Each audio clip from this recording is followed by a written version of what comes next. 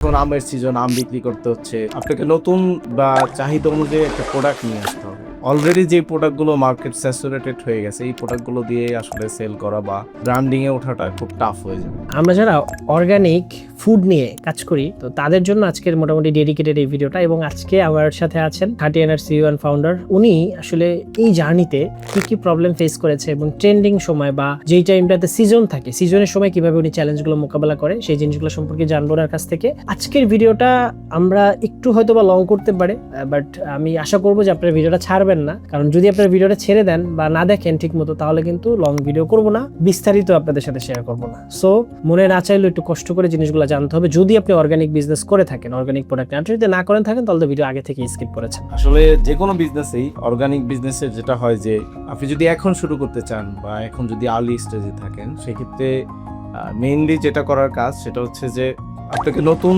Unique বা চাহিদা অনুযায়ী একটা প্রোডাক্ট নিয়ে আসতে হবে। এছাড়া আপনি আসলে অলরেডি যে প্রোডাক্টগুলো মার্কেট স্যাচুরেটেড হয়ে গেছে, এই প্রোডাক্টগুলো দিয়ে আসলে সেল করা বা ব্র্যান্ডিং এ ওঠাটা খুব টাফ হয়ে যাবে। তো যে কোনো একটা প্রোডাক্ট বা 3-4টা প্রোডাক্ট, 5টা প্রোডাক্ট হইতেই পারে, যেটা আপনাকে ইউনিক ভাবে ক্রিয়েট করে আপনার আলাদা একটা পজিশন তৈরি করতে হবে। এটা যদি আপনি এই ওয়েতে করেন। আরেকটা হচ্ছে যে অলরেডি স্যাচুরেটেড প্রোডাক্টকে আপনি একটু ডিফারেন্ট ওয়েতে পজিশনিং করে, হয়তো প্যাকেজিং আপডেট করে অথবা প্রোডাক্টের ভিতরে কোনো আপডেট এনে দেন আপনি মার্কেটে পজিশন করতে পারেন। এটা হচ্ছে পজিশনের ব্যাপার। পাশাপাশি যেটা হয় যে ফুডের ক্ষেত্রে বা যে কোনো আসলে সিজনে আপনাকে পোশাকেও চেঞ্জ করতে হবে, ফুডেও চেঞ্জ করতে হবে। তো ফুডের ক্ষেত্রে আসলে র্যাপিডলি কিছু চেঞ্জ হয়। এখন আমের সিজন, আম বিক্রি করতে হচ্ছে, শীতের সময় গুড় বিক্রি করতে হচ্ছে, তারপরে আবার রমজানে খেজুর বিক্রি করতে হচ্ছে। তো মানুষের যেহেতু আপনার কাছে এই প্রোডাক্টগুলোর চাহিদা থাকবে, নিড থাকবে, আপনাকে এগুলো দিয়ে কাস্টমারকে আসলে ধরে রাখতে হবে যখন সে যেটা চায়। বাদবাকি আপনি কোনটা অ্যাড করবেন, কোনটা কখন করবেন, কোনটা 2 বছর পরে সেল করবেন, কোনটা এখনই অ্যাড করবেন, এইটা ডিপেন্ড করে আপনার ক্যালকুলেশনের উপরে।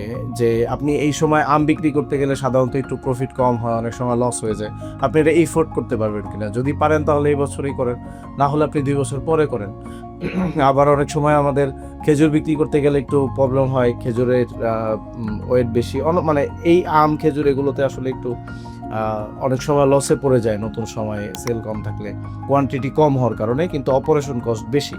এখন একে অপারেশনে অনেক বেশি পার্সেল যাচ্ছে, একে অপারেশনে অনেক কম পার্সেল যাচ্ছে, তো যার কারণে কম পার্সেল করলে লস হয়। তো আপনি এটা 2 বছর পরে করতে পারেন, 1 বছর পরে করতে পারেন, ক্যালকুলেশন অনুযায়ী, চাহিদা অনুযায়ী। বাদবাকি আপনি প্রোডাক্ট যখন যেভাবে কাস্টমার চায়, অবশ্যই টপনস প্রোডাক্ট দিতে হবে, ভালো প্রোডাক্টটা দিতে হবে কাস্টমারকে।